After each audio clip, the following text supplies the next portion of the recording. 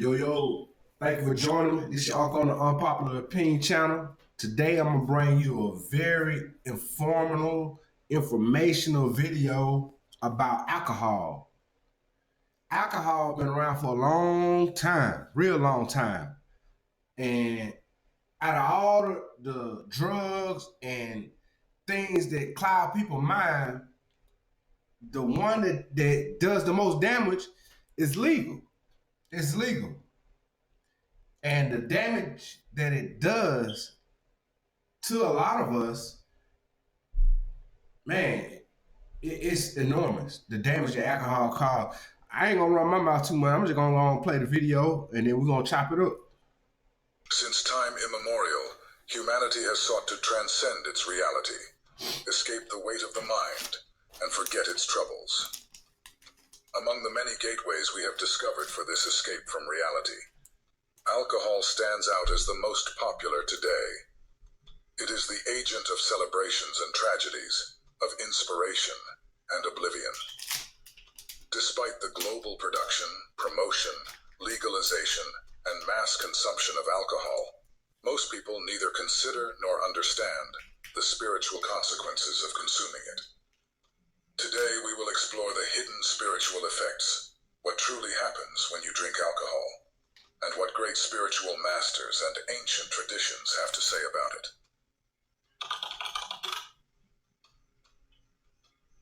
The history of alcohol is not merely the story of a substance. It is a tale interwoven with humanity's quest for transcendence, alchemy, and connection with the divine. To understand it, we need to travel to the cradle of its etymology and uncover the hidden meaning behind the word alcohol. In the Arabic language, alcohol originally referred to a fine powder used as a cosmetic to darken the eyes, known today as kohl. But this term held a deeper meaning for alchemists. For them, alcohol represented something intangible, an essence that could be distilled, the soul of a substance, the spirit captured in the alchemical process. Essentially, the Arabic word al-Kuhl means body-eating spirit. In alchemy, alcohol became the symbol of a volatile essence, the spirit that separates from raw matter. Perhaps this is why, to this day, we refer to alcoholic beverages as spirits. The use of alcohol as a fermented drink is even older. Civilizations such as the Sumerians, Egyptians, and Greeks revered alcohol as a gift from the gods. In ancient Mesopotamia, wine and beer were offered to the gods in rituals. In Egypt, wine was associated with Osiris, the god of renewal and fertility. The Greeks dedicated wine to Dionysus, the god of ecstasy and divine madness. However, while alcohol was celebrated as a link to the divine, it also carried warnings. To the sages of antiquity, wine had the power to reveal the true self, but at the same time, it could obscure reason and open doors to dangerous influences. In Islamic tradition, the term al-kuhul evolved to denote alcohol extracted through distillation. Although alcoholic beverages were prohibited in Islam, Muslim alchemists continued to study the distillation process, refining it as a scientific art. The famous Arab alchemist Jabir ibn Hayyan, known in the West as Geber, was one of the first to document the distillation technique, giving rise to alcohol as we know it today. The legacy of alcohol transcended alchemy and became part of everyday life. Yet over the centuries, the substance once revered for its spiritual connection has become something that serves the complete opposite purpose.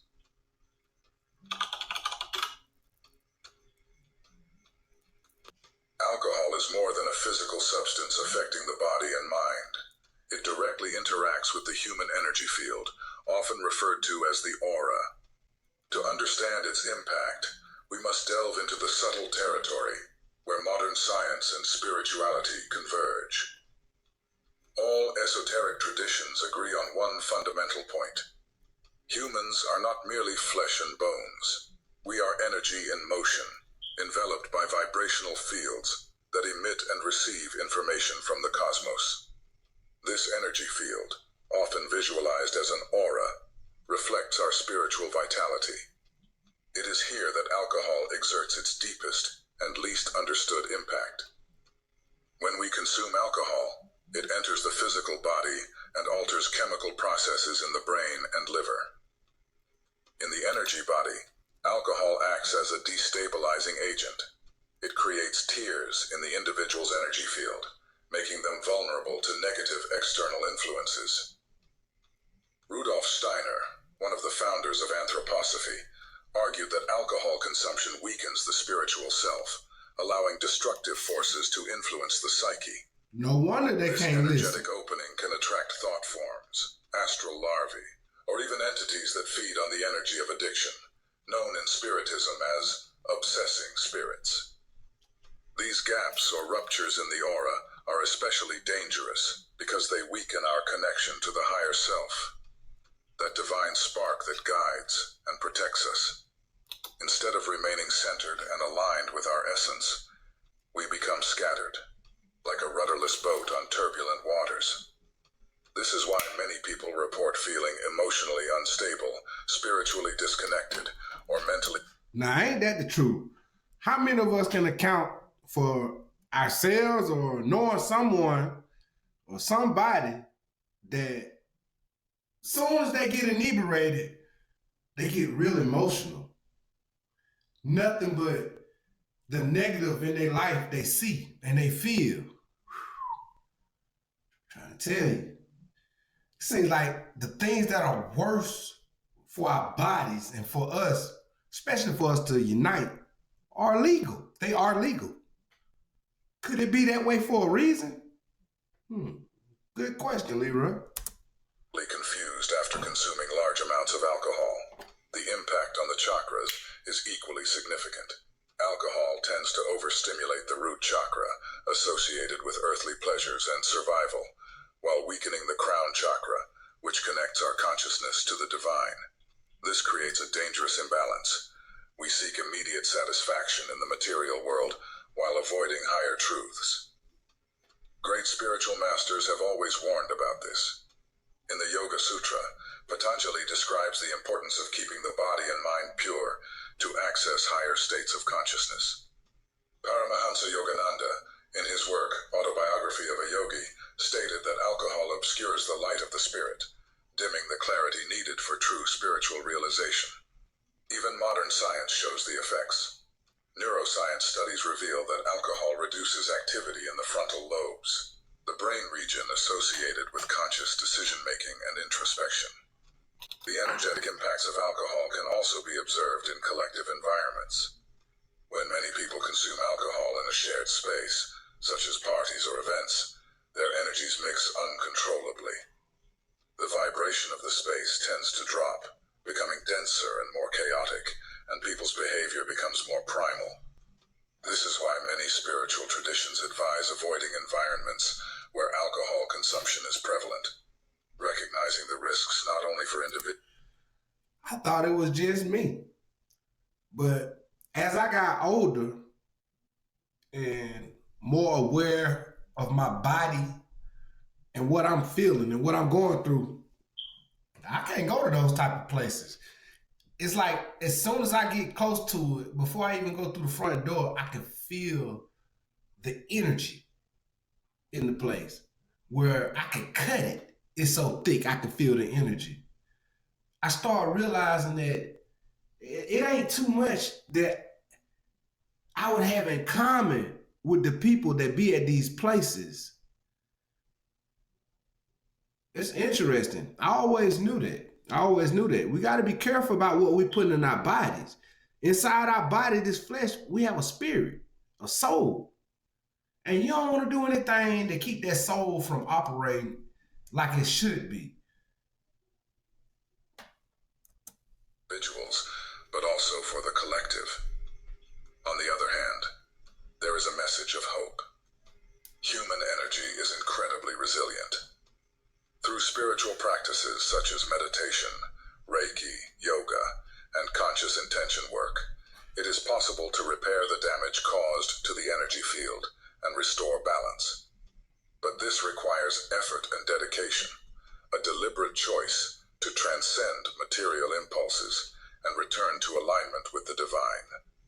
By understanding the impact of alcohol on your energy field, you can begin to make more conscious choices, choices that bring you closer to who you truly are. Is the fleeting pleasure of a drink worth the disconnection it causes from your essence?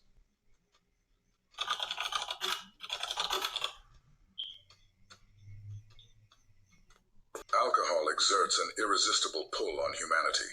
Over the centuries, it has been celebrated in rituals, used as a medium for socialization, and sought as an escape. But why, despite knowing its harmful effects on the body and mind, are we still drawn to it? What lies behind this veil of illusion that makes us crave something we know, deep down, will harm us? At the core of this attraction lies a profound disconnection from our true nature. Since ancient times, humans have sought ways to escape the limitations of the body and mind. The pursuit of immediate pleasure and relief from existential pain is part of the human condition.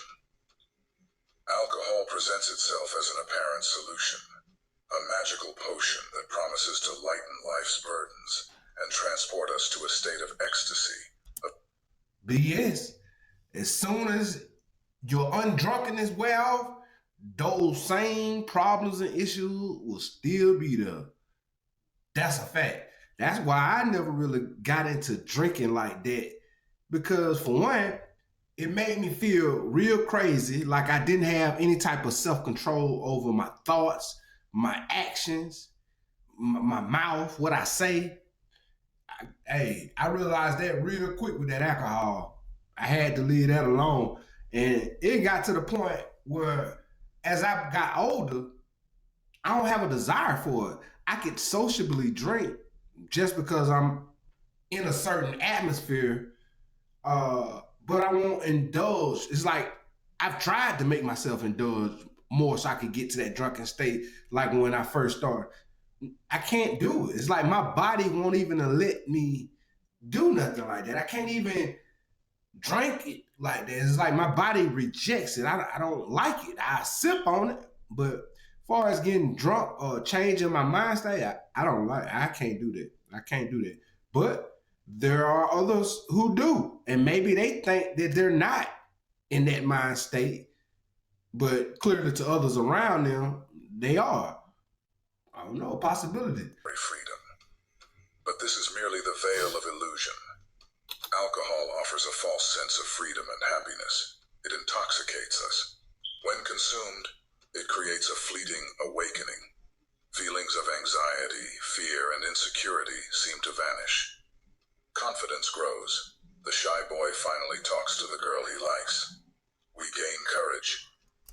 He's saying with that alcohol in you, folks are at the donkey when they get that oil in you. That's the old saying. When you get that oil in you, shit, he ain't shot no more. She ain't shot no more. And that's a fact about that alcohol. But like I said, once that all wear off, ooh, you even in a lower state of mind than you was when you started drinking.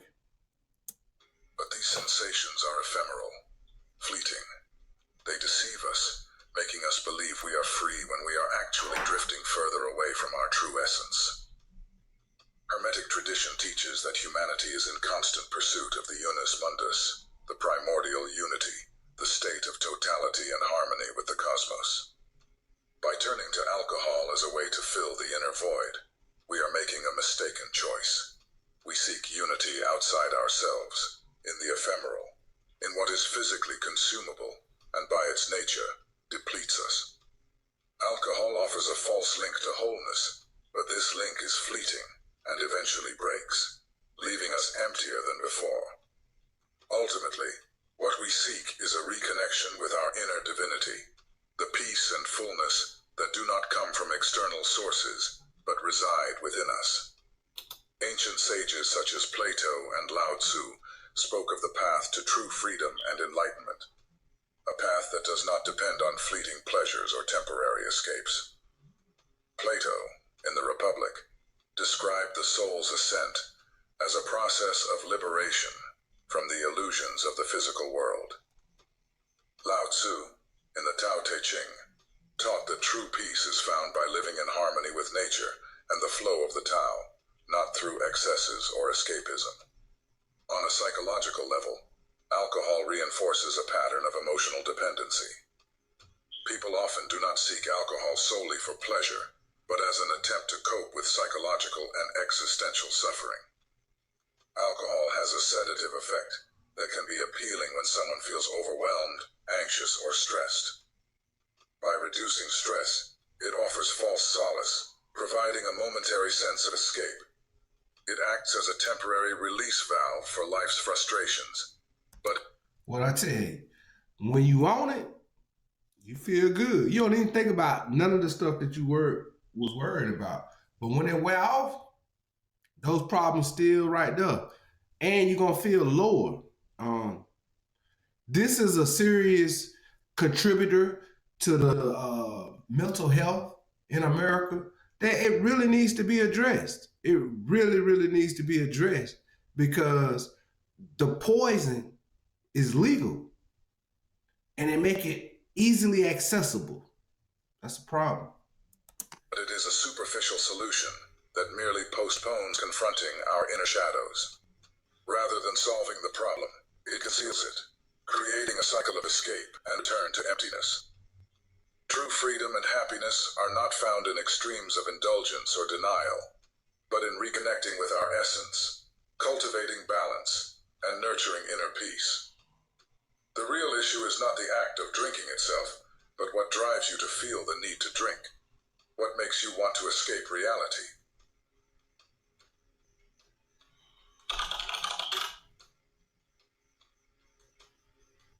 Throughout history, many spiritual masters, prophets, and mystics have shared their insights on alcohol. Their words carry wisdom, warning us of the hidden dangers of this substance and its implications for our spiritual journey. These accounts are not mere moral admonitions, but profound advice rooted in love, meant to protect humanity's connection to the divine. In Vedic traditions, alcohol is seen as a substance that reduces sattva, the quality of purity and harmony. The Bhagavad Gita teaches that a balanced mind is essential for accessing higher planes of consciousness. Anything that disturbs this balance is an obstacle on the spiritual path. According to these traditions, consuming alcohol increases the qualities of rajas, restless passion, and tamas, darkness and ignorance, destabilizing the practitioner and weakening their capacity for meditation and introspection. Buddha, in his teachings on the Noble Eightfold Path, warned of the dangers of intoxicating substances. For him, consuming anything that clouds the mind hinders spiritual progress because it disconnects us from the clarity needed to perceive the ultimate truth, nirvana. In many Buddhist communities, alcohol is completely avoided as part of Shila, the ethical discipline. In Hermetic and alchemical traditions, alcohol was viewed ambivalently. While it was considered a powerful substance capable of extracting essences and transforming raw materials, it was also recognized as a dangerous dual symbol. It represented both the possibility of illumination and the risk of being lost in the world of illusions. Alchemists warned that the reckless use of alcohol could lead to the degradation of the energy body, opening doors to negative influences on subtle planes. A fascinating account comes from Sufi traditions. Rumi, the great mystical poet, used wine as a metaphor in his verses, referring to the wine of divine love, which intoxicates the soul with the presence of God. However, he also cautioned against literal wine, which according to him diverted seekers from the path of awakening. For the Sufis, true ecstasy comes from spiritual connection, not external substances. In Christianity, alcohol occupies a peculiar place. Wine is a central symbol in the Eucharist, representing Christ's blood and the new covenant with God. However, early Christians and many saints warned of the danger of excess. St. Augustine wrote, That's what I'm trying to say. I ain't gonna sit here and act like a saint, act like I ain't never drunk alcohol before. Yes, I have. But the older I got, with experience, I personally didn't like how it made me feel. I didn't like not being able to be in control of my mind, my actions, um, things that I said, the way I perceive things while I'm on alcohol and drinking it excessively. I have to add that drinking it excessively. Just you don't care. Like most people you see in parties or whatever, they just drink because it's there. If it's there, they're gonna drink. That right there alters your mind state, and I didn't like that feeling. I didn't like when it wear off the next day. I'm remembering some things that I did depending on how much of the alcohol I indulged, but I didn't like the actions that I made when thinking back on what I did when I was under the influence of alcohol. I didn't like it. I felt like I could do better. Though I could have made better choices. So the older I got, I left it alone. I'll drink socially here and there, but never excessively. And even if I wanted to try to drink excessively, which I have before, my body won't even let me indulge it. It will reject it. I start puking. My body won't take it. It won't allow it. I guess because I programmed in my mind that it's no good. Nothing good gonna come from that. But drinking just a little bit, for some it do mellow. It do mellow. That drunkenness was a form of self-destruction of the soul, an act that separates us from divine grace. He saw excessive consumption as a distraction that pulls us away from introspection and prayer. Other mystical accounts describe the spiritual consequences of indiscriminate use of alcohol. In shamanism, alcohol is believed to weaken the light body, the energetic protection that keeps individuals in balance with the universe. Many shamans assert that alcohol facilitates the entry of parasitic energies or negative entities that feed on the low vibrations caused by intoxication. So when individuals want to know what are some of the ways as people we can vibrate low, that's consuming alcohol, excessively consuming alcohol. You'll be vibing low. You'll be low vibrational, and when you're low vibrational, it'll explain to you what happened when you're low vibrational. These accounts converge in a common warning. Alcohol can be a dangerous tool, affecting both the physical body and the subtle levels of our existence. It disconnects us from what mystics call the axis mundi, the axis aligning us with the cosmos, enabling us to navigate the physical and spiritual realms. When this alignment is broken, we lose our ability to access intuition, clarity, and higher states of consciousness. However, not all accounts are warnings. Some spiritual masters recognize that in ritualistic contexts and with pure intentions, alcohol can serve as a catalyst for altered states of perception. But see, that's why I'm telling you. You can sip a little bit. You can sip.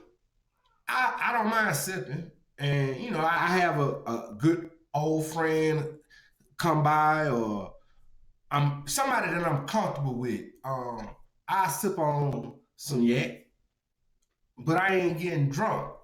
Not at all getting drunk. But you can do that. And even back in the day, like I say, when that drunken state, I was real young. I probably was 21. I learned quick. I didn't like that feeling.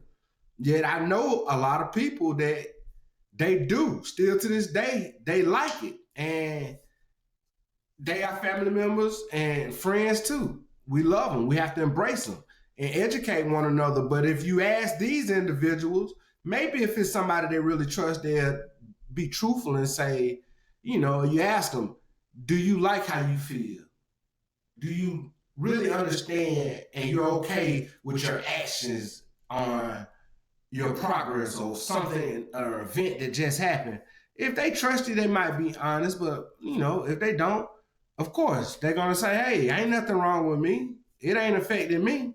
But when you know the history and background on alcohol, these type of predictions been made a long time ago. These assumptions right here. You got philosophers that been researched alcohol and the effects of alcohol. They always emphasize that this must be done with extreme care, respect, and guidance, as the line between spiritual ecstasy and energetic degradation is very thin. Finally, let us remember the words of the Greek philosopher Socrates, who claimed that self-mastery is the key to a virtuous life. For him, the pursuit of balance was the foundation of all philosophical and spiritual practice.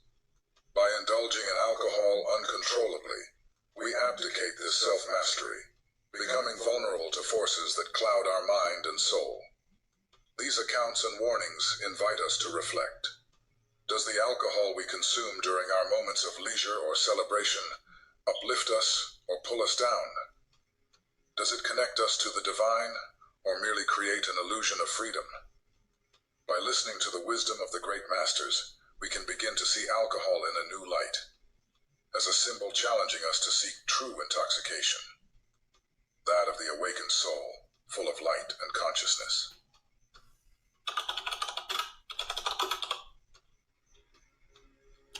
Now that was 100 right there about alcohol and the effects of alcohol. Man, these folks been studying alcohol for centuries. The cause and effects of it. It's obvious and should be apparent today. Why do you think in certain neighborhoods, especially back in the 80s and 90s, that's all you saw was alcohol, liquor stores. That's all you saw. Man, I remember coming up in the 90s. It'd be beer bottles and beer cans and the paper bags that they came in littered everywhere in certain communities. All of that is a reason. So when we ask ourselves today, how in the world we get in these type of positions where the unthinkable tragedies happen, it's a reason for that. And it's been told to each and every one of you at some point in your life. It's just people didn't pay attention or listen. I just want to share that about that alcohol with y'all. Till next time, this shit on the Unpopular Opinion channel.